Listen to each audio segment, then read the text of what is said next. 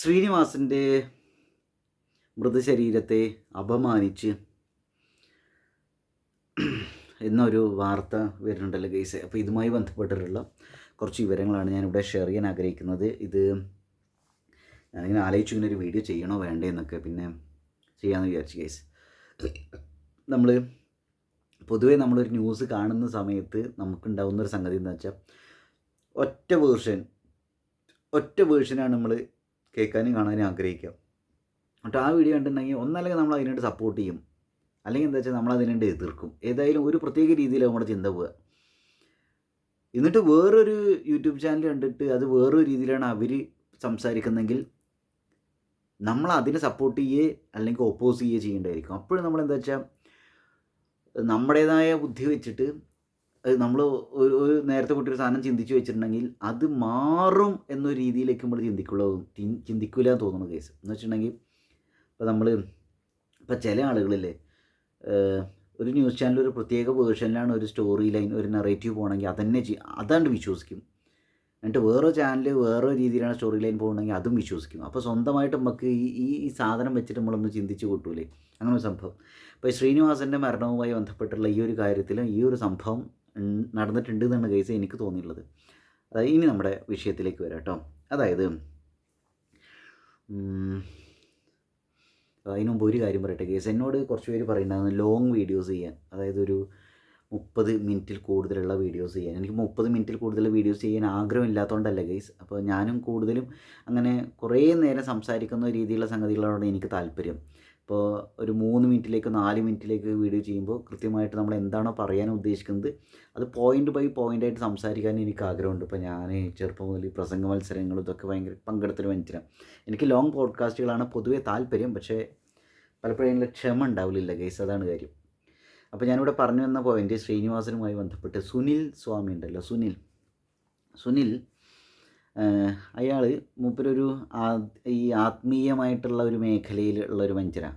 മഠം നമ്മളങ്ങനെയൊക്കെ പറയൂലേ, അതായത് കുറേ ഡിസൈപ്പിൾസ്, അതായത് ഇവരെ കുറേ ചിങ്കിടികൾ, ഇവരെ വിശ്വസിക്കുന്ന കുറേ ആളുകൾ, ആത്മീയ രീതിയിൽ ആൾക്കാരൊക്കെ ഒരുപാട് ഫാൻസ് ഉള്ള ഒരു മനുഷ്യരാണ്. അപ്പോൾ എന്താ വെച്ചാൽ മൂപ്പരയിൽ കുറേ കാശുണ്ട്, ഫണ്ട് കാര്യമായിട്ട് മൂപ്പരെ പിന്നിൽ എറിയാൻ ആൾക്കാരുണ്ട്, ഇവർക്കൊരു ട്രസ്റ്റ് അങ്ങനെയുള്ള രീതിയിലൊക്കെ പോകുന്ന ഒരു ആൾ ദൈവം സെറ്റപ്പ് അങ്ങനെ എടുക്കാം. അപ്പം ഈ സുനിൽ എന്ന് പേരുള്ള ഈ മനുഷ്യൻ ശ്രീനിവാസൻ്റെ മരണം അതുമായി ബന്ധപ്പെട്ടുള്ള മറ്റേ ഡെഡ് ബോഡി സംഗതിയില്ലേ, അപ്പോൾ ആ സമയത്ത് ഈ മൂപ്പരവിടെ വന്നിട്ട് ഡെഡ് ബോഡിയിൽ മറ്റേ അവരിങ്ങനെ അവരുടേതായിട്ടുള്ള ഒരു ട്രീറ്റ്മെൻറ്റ്, അവരുടേതായിട്ടുള്ള ഒരു സംഗതിയൊക്കെ ചെയ്യില്ലേ, ഈ വെള്ളമൊക്കെ തെളിച്ചിട്ട് എന്താ പറയുക, മതപരമായ ചടങ്ങ് സംഗതി, അത് മൂപ്പര് ചെയ്തു എന്നുള്ളതാണ് ഇവിടുത്തെ വിഷയം. സംഗതി എന്ന് വെച്ചാൽ ആൾക്കാർ പറയുന്നത് മൂപ്പരെ പലതരത്തിലാട്ടോ ഈ കാര്യങ്ങൾ പോകും. നമുക്ക് ഓരോന്നായിട്ട് നോക്കാം. ഒന്നാമത്തെ കാര്യം പറഞ്ഞിട്ടുള്ളതെന്ന് വെച്ചാൽ ശ്രീനിവാസൻ ഇങ്ങനെയുള്ള ആൾദൈവങ്ങളെ സപ്പോർട്ട് ചെയ്യുന്ന ഒരാളല്ല. മൂപ്പർ സ്വതന്ത്രമായി ചിന്തിക്കുന്ന ഒരാളാണ്, ഒരു മതവിശ്വാസവും ഫോളോ ചെയ്യുന്ന ഒരാളല്ല. അപ്പം മൂപ്പരുടെ ബോഡിയിൽ ഇങ്ങനൊരു സംഗതി ചെയ്യുന്ന മൂപ്പരുടെ ബോഡിയോട് കാണിക്കുന്ന വയലൻസാണ്, മൂപ്പർ ആത്മാവ് എന്നൊന്നുണ്ടെങ്കിൽ അതിനോട് കാണിക്കുന്ന ഒരു വയലൻസാണ്, മൂപ്പരെ അപമാനിച്ചു, ഈ ഒരു രീതിയിലാണ് സംഗതി പോകുന്നത്. അപ്പോൾ സ്വാഭാവികമായിട്ട് നമ്മൾ ചിന്തിക്കുക എന്താണെന്ന് വെച്ചിട്ടുണ്ടെങ്കിൽ, അപ്പോൾ ഈ ശ്രീനിവാസൻ എന്തായാലും അവിടെ നിന്ന് എഴുന്നേറ്റിട്ട് വന്നിട്ട് ഇത് ചെയ്യേണ്ടതെന്ന് പറയാൻ പറ്റില്ല, ഇല്ല, ശ്രീനിവാസൻ്റെ അഭിപ്രായം നമുക്ക് അറിയില്ല. അപ്പോൾ സ്വാഭാവികമായിട്ട് നമ്മൾ ചിന്തിക്കുക എങ്ങനെയെന്ന് വെച്ചിട്ടുണ്ടെങ്കിൽ, അപ്പോൾ ഈ ശ്രീനിവാസൻ്റെ കുടുംബക്കാർ, അതായത് 2 മക്കൾ, അവരുടെ ഭാര്യമാർ, അതേപോലെ തന്നെ ഭാര്യ, ബാക്കി റിലേറ്റീവ്സൊക്കെ അല്ലേ, ഇവരൊക്കെ ചേർന്നുള്ള ആളുകൾ. അപ്പോൾ എന്താ ഇവിടെ ചെയ്തിരുന്നത്?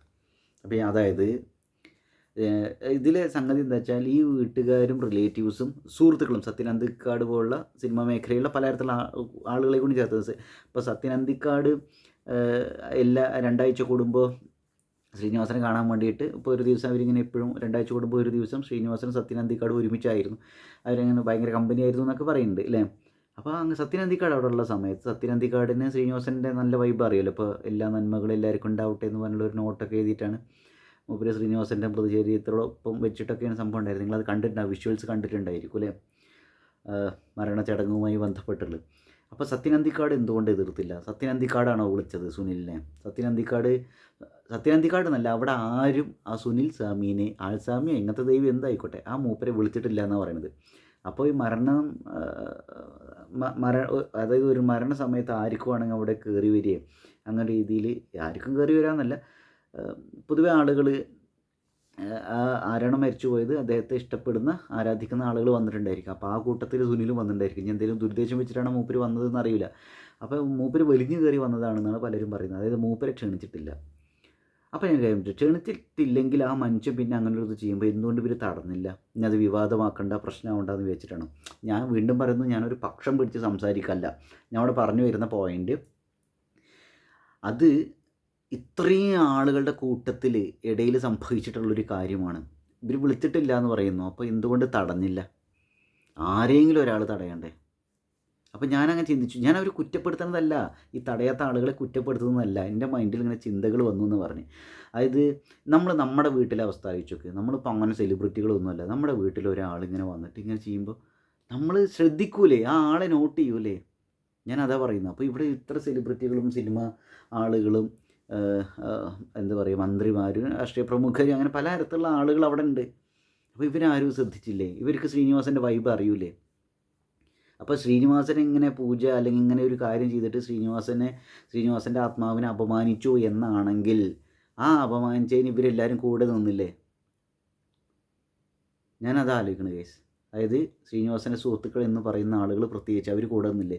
വീട്ടുകാരെ കാര്യം വിടുക, അവർ പാവങ്ങൾ, അവർ ആ സമയത്ത് വളരെയധികം സങ്കടപ്പെട്ട് തളർന്നിരിക്കുന്ന ഒരവസ്ഥയിലാണ്. ഇപ്പോൾ വിനീത് ശ്രീനിവാസ്, ധ്യാൻ ശ്രീനിവാസനൊക്കെ എനിക്കത് എൻ്റെ നെഞ്ച് പൊട്ടി. അതായത് മൂപ്പർ എപ്പോഴും തഗ് അടിച്ചിട്ടും ചിരിച്ചിട്ടൊക്കെ ഇരിക്കണ ഒരു മനുഷ്യൻ, ഫുള്ള് തഗ് പറയുന്ന ഒരു മനുഷ്യൻ കരഞ്ഞും, എനിക്ക് പറയുമ്പോൾ തന്നെ വിഷയമുണ്ട് കേസ്. അപ്പോൾ അങ്ങനെ ഒരു മനുഷ്യൻ്റെ ഒരു അവസ്ഥ ആലോചിച്ചു.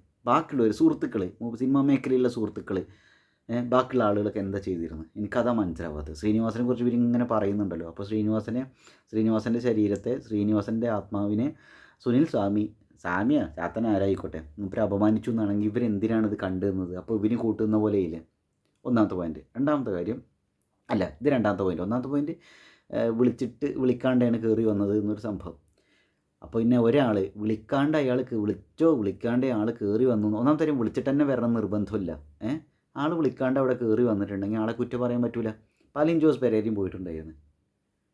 അത് അവർക്ക് ഇഷ്ടമുണ്ടെങ്കിൽ അവർ പോവും. അവർക്ക് ചിലപ്പോൾ വൈകാരികമായിട്ടൊരു ബന്ധം ഉണ്ടായിരിക്കും, അല്ലെങ്കിൽ എന്താ പറയുക, ഇനി അദ്ദേഹത്തെ കാണാൻ പറ്റൂലല്ലോ എന്നുള്ളതുകൊണ്ട് പോയതായിരിക്കാം. ചിലപ്പോൾ ഷോ കാണിക്കാൻ വേണ്ടി പോയവരായിരിക്കും. അങ്ങനെയുള്ളവരും ഉണ്ട് ആൾക്കാർ, അത് വേറൊരു കാര്യം. എന്തായാലും സംഗതി അവിടെ പോയി. അതിനിപ്പോൾ അവിടെ പോയത് കൊണ്ട് സുനിൽ എന്ന് പറയുന്ന ആ മനുഷ്യരെ നമുക്ക് കുറ്റപ്പെടുത്താൻ പറ്റുമോ? പിന്നെ വേറൊരു സംഗതി ഇവിടെ പറയുന്നതെന്ന് വെച്ചാൽ, സുനിലിൻ്റെ ഹിസ്റ്ററിയാണ് പറയുന്നത്. ആൾ ജയിലിൽ കിടന്ന ആളാണ്, പല ക്രമക്കേടുകളും കുറേ പ്രശ്നങ്ങളും മൂപ്പരുണ്ടായിട്ട്, ആൾസ്വാമി, ഒരു ടിപ്പിക്കൽ ആൾസ്വാമിയാണ്, ആൾ ദൈവമാണ് എന്നുള്ളൊരു സംഗതി. ഞാനൊരു കാര്യം പറയട്ടെ ഗൈസ്, അത് ഞാൻ ന്യായീകരിക്കല്ല കേട്ടോ. മൂപ്പരങ്ങനെ ചെയ്തിട്ടുണ്ടെങ്കിൽ തെറ്റ് തന്നെയാണ്. പക്ഷേ എന്നിട്ട് മൂപ്പരെ സപ്പോർട്ട് ചെയ്യാൻ അവിടെ ആളുകളുണ്ടല്ലോ. അങ്ങനെയാണെങ്കിൽ ആ മനുഷ്യനെ വിലക്കണ്ടേ? എന്തുകൊണ്ട് വിലക്കാണ്ടിരുന്നു? അവിടെ പ്രശ്നമാകുമെന്ന് വിചാരിച്ചുകൊണ്ടാണ്. നിങ്ങളുടെ അഭിപ്രായം ഒന്ന് പറയട്ടെ. ഞാൻ ഒരു പക്ഷം ചേർന്ന് സംസാരിക്കല്ല, ഞാൻ രണ്ട് സൈഡിൽ നിന്ന് നോക്കിയിട്ട് ഇതെന്തായിരിക്കും അങ്ങനെയുള്ള കുറച്ച് ചിന്തകളാണ് ഇവിടെ ഷെയർ ചെയ്യുന്നത്. ഓക്കെ, അല്ലാണ്ട് ഒരു ഭാഗം പിടിച്ച് സംസാരിക്കുന്നതല്ല. പിന്നെ വേറൊരു കാര്യം, ഇയാളിപ്പോൾ അങ്ങനെയുള്ള തെറ്റുകളൊക്കെ ചെയ്തു എന്ന് തന്നെ വിചാരിക്കുക. ഒരു മനുഷ്യനെ നന്നാവാൻ സമ്മതിക്കൂലേ? ആ മനുഷ്യൻ നല്ല ഉദ്ദേശം വെച്ചിട്ടാണ് അങ്ങനെ ചെയ്തതെങ്കിലോ? അതായത് മൂപ്പരിങ്ങനെ ആത്മീയമായ മേഖലയിലുള്ള ഒരു മനുഷ്യനല്ലേ. അപ്പോൾ ആ മനുഷ്യൻ ആ ഒരു സംഗതി വെച്ച് മൂപ്പര് അങ്ങനെ ആ പൂജ നടത്താൻ വേണ്ടി അവിടെ പൂജ എന്താ അതിന് പറയുക, ആ കർമ്മം ചെയ്തതാണെങ്കിലോ?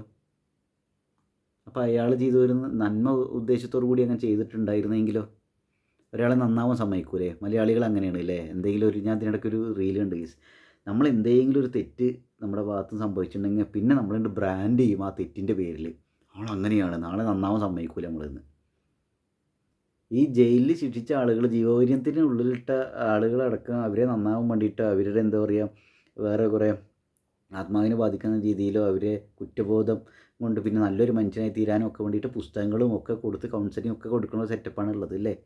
അപ്പോൾ ഈ മനുഷ്യൻ അവിടെ മൂപ്പര് തെറ്റ് ചെയ്തു, അതിൻ്റെ ശിക്ഷയും കിട്ടി, അല്ലെങ്കിൽ എന്താ പറയുക, ജയിലിലിട്ട് അടച്ച് അത് കഴിഞ്ഞിട്ട് മൂപ്പര് പുറത്ത് വന്ന് നന്നാവാൻ സമ്മതിക്കൂലേ ഒരു മനുഷ്യനെ? അപ്പോൾ എനിക്ക് ഇങ്ങനെയുള്ള കുറച്ച് സംശയങ്ങളൊക്കെ വന്നു ഗൈസ്. പിന്നെ അതുമായി ബന്ധപ്പെട്ട് 2-3 ദിവസം കഴിഞ്ഞിട്ട് മറ്റേ മറുനാടൻ മലയാളിയിലാണ് ഈ ഒരു വാർത്ത, ഇങ്ങനെ ഇതിനെക്കുറിച്ച് സീരിയസ് ആയിട്ട് ഒരു വാർത്ത വന്നിരുന്നത്. അതേപോലെ മറ്റേങ്ങായിരുന്നു ഹൈഡ്രോളി മൂപ്പര ചാനലിൽ ഇങ്ങനെ കണ്ട്. അപ്പോൾ ഞാൻ കേൾക്കുന്നത്, ഇത്രയും ആളുകൾ അവിടെ ഉള്ള സമയത്ത്, ഇത്രയും സുഹൃത്തുക്കൾ ശ്രീനിവാസനുണ്ടായിരുന്ന സമയത്ത്, സത്യനന്ദിക്കാടിനെ പോലുള്ള ആളുകൾ അവിടെ ഉണ്ടായിരുന്ന സമയത്ത്, ഒരുപാട് ബുദ്ധിജീവികൾ അവിടെ ഉണ്ടായിരുന്ന സമയത്ത്, ഈ നമ്മൾ ഇത്രയും ആൾ ഉറ്റുനോക്കിയിരുന്ന ഒരു മരണാനന്തര ചടങ്ങ് നമ്മുടെ എല്ലാവരുടെ ഉള്ളിലും വിഷമം ഉണ്ടാക്കിയ ഒരു സംഭവമായിരുന്നു മൂപ്പരുടെ വിയോഗം എന്ന് പറയുന്നത് ശ്രീനിവാസൻ്റെ. അപ്പോൾ എന്നെ പേഴ്സണലി ഒരുപാട് ബാധിച്ചാണ്. അപ്പോൾ ഇങ്ങനൊരു സംഭവം അവിടെ സുനിൽ എന്ന് പറഞ്ഞ ഈ ആൾദൈവം എന്ന് പറയപ്പെടുന്ന സുനിൽ ഒരു വ്യക്തിയായിട്ട് എടുക്കാം കേട്ടോ. അയാൾ അങ്ങനെ ചെയ്തത് അത് ഇതുമായി ചുറ്റിപ്പറ്റി ഇങ്ങനെയുള്ള കുറേ വർത്തമാനങ്ങൾ വിവാദങ്ങളൊക്കെ ഉണ്ടാകുമ്പോൾ ഞാൻ ആലോചിക്കണത് ഇത് എങ്ങനെയാണ് അത് സംഭവിക്കുന്നത്? എന്താണ് അങ്ങനെ? അവിടെ ചോദിക്കാനും പറയാനും ആരുമില്ലേ? അപ്പോൾ ഇതുമായി ബന്ധപ്പെട്ടിട്ട് ഒരാളങ്ങനെ റെസ്പോണ്ട് ചെയ്തിട്ടുമില്ല. എനിക്ക് തോന്നുന്നില്ല കേട്ടോ. ഞാൻ എൻ്റെ ശ്രദ്ധയിൽപ്പെട്ടിട്ടില്ല സത്യനന്ദിക്കാടോ ആരെങ്കിലും ഈ ഒരു വിഷയവുമായി ബന്ധപ്പെട്ട് പ്രതികരിച്ചതായിട്ടും. അപ്പോൾ എന്തായാലും ഈ ഒരു വിഷയത്തെ എനിക്ക് ഇവിടെ നിന്ന് പ്രതിപാദിക്കണം എന്ന് തോന്നി ഗൈസ്. ഞാൻ കുറച്ച് മുമ്പേ ഒരു വീഡിയോ കണ്ടു. ആൾ ദൈവമായി അവിടെ വന്നിട്ട് ഇങ്ങനൊരു സംഭവം ചെയ്തു, എന്ത് ക്രൂരതയാണ് കാണിക്കുന്നത്, ആ ഡെഡ് ബോഡി കാണിച്ച ക്രൂരത പറഞ്ഞപ്പോൾ ഞാൻ ആലോചിച്ചു. അപ്പോൾ ആരും ചോദിക്കാനും ഡെഡ് ബോഡിയോട് കാണിച്ച ക്രൂരത, അപമാനിച്ചു ഡെഡ് ബോഡി എന്നൊക്കെ പറഞ്ഞു ശ്രീനിവാസനെ. അപ്പോൾ ഞാൻ ആലോചിക്കുന്നത് ശ്രീനിവാസനെ അപമാനിച്ചു ഈ ആൾദൈവമായ സുനിൽ സ്വാമി എങ്കിൽ ആ അപമാനിക്കാൻ വേണ്ടി സപ്പോർട്ട് ചെയ്തവരോ അല്ലെങ്കിൽ അപമാനിക്കപ്പെടാതിരിക്കാൻ വേണ്ടി ഒരു ഒരു ഒരു ഒരു ശ്രമം ആരുടെ ഭാഗത്തു നിന്ന് അവിടെ നിന്ന് ഉണ്ടായില്ലേ? അതായത് ഞാനിപ്പോൾ ഇവിടെ നിൽക്കുകയാണ്, ഇന്നെ ഒരാൾ തെറി വിളിക്കുകയാണ്, അല്ലെങ്കിൽ ഇന്നെ കുറേ നേരമായിട്ട് ഒരു 10-25 തെറി ഒരാൾ ഇന്നിങ്ങനെ വിളിച്ചു വിചാരിക്കുക. ആദ്യത്തെ ഒരു തെറി വിളിച്ചിട്ടുണ്ടെങ്കിൽ എൻ്റെ കൂടെയുള്ള ആൾക്കാർക്ക് എന്നോടൊരു സ്നേഹം ഉണ്ടെങ്കിൽ എനിക്കിപ്പോൾ സംസാരിക്കാൻ വയ്യാണ്ട് പ്രതികരിക്കാൻ പറ്റാണ്ട് ഞാൻ ഇപ്പോൾ ഇരിക്കുകയാണെങ്കിൽ കൂടുതൽ ആൾ എടാ നീ തെറി വിളിക്കരുത് എന്ന് പറഞ്ഞിട്ട് നിർത്തൂലേ സംഭവം? ഇല്ലേ? അപ്പോൾ അങ്ങനൊരു സംഭവം എന്തുകൊണ്ട് ഇവിടെ ഉണ്ടായില്ല എന്നുള്ളതാണ് എൻ്റെ പ്രധാനമായ സംശയം ഗൈസ്. എന്തായാലും എനിക്കറിയില്ല, ഞാനതൊരു വിവാദപരമായ രീതിയിൽ പറഞ്ഞല്ല. ഞാൻ ഇതിൻ്റെ വാർത്തകളൊക്കെ ഒരു പ്രത്യേക രീതിയിൽ മാത്രം പോയിക്കൊണ്ടിരിക്കുന്നത്. അപ്പോൾ ഞാൻ ഇങ്ങനൊരു വേർഷനും കൂടി ഇതിലില്ലേ എന്നുള്ളത് പറഞ്ഞു മാത്രം. അല്ലാണ്ട് ഞാൻ സുനിൽ സ്വാമിയെ സപ്പോർട്ട് ചെയ്യണ മനുഷ്യരല്ല കേട്ടോ, അങ്ങനെ വിചാരിക്കരുത്. എന്തായാലും ശ്രീനിവാസൻ എനിക്കത് ഭയങ്കര വൈകാരികമായി ബാധിച്ച ഒന്നായിരുന്നു ശ്രീനിവാസൻ്റെ വിയോഗം എന്ന് പറയുന്നത്. അതുപോലെ ധ്യാൻ ശ്രീനിവാസനെ കാരണമൊക്കെ കണ്ടപ്പോൾ എനിക്കത് ഭയങ്കരമായിട്ട് കൊണ്ടു ഗൈസ്. ആദ്യമായിട്ടാണ് ചാനൽ കാണുമ്പോൾ സബ്സ്ക്രൈബ് ചെയ്യുക ഗൈസ്. നിങ്ങളുടെ വിലയേറിയ അഭിപ്രായങ്ങളും നിർദ്ദേശങ്ങളൊക്കെ ഒന്ന് കമൻറ്റ് ചെയ്യട്ടെ. നിങ്ങൾക്ക് ഈ വിഷയവുമായി ബന്ധപ്പെട്ടിട്ട് എന്താണ് തോന്നുന്നതെന്ന് പറയുക. എന്തായാലും ഞാനിവിടെ പോയിൻ്റ് ഔട്ട് ചെയ്യാൻ ശ്രമിച്ചൊരു കാര്യം ഇതാണ്.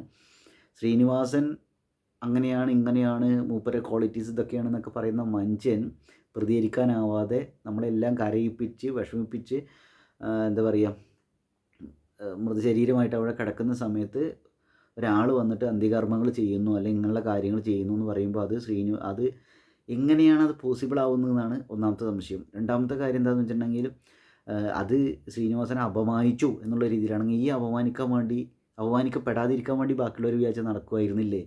അല്ലെങ്കിൽ അപമാനിക്കാൻ വേണ്ടിയിട്ട് ഇവർ സൈലൻ്റായിട്ട് നിന്നുകൊണ്ട് യെസ് എന്ന് മൂളുകയാണോ ചെയ്തത്? ചില സമയത്ത് മൗനം എന്ന് പറയുന്നതും വലിയ ക്രൂരതയായിരിക്കാം. ഓക്കെ, എന്തായാലും അറിയില്ല കേസ്. ശ്രീനിവാസൻ്റെ ആത്മാവ് എങ്ങനെയാണ് ഈ വിഷയത്തിൽ നോക്കിക്കാണുന്നതെന്ന് അറിയില്ല കേസ്.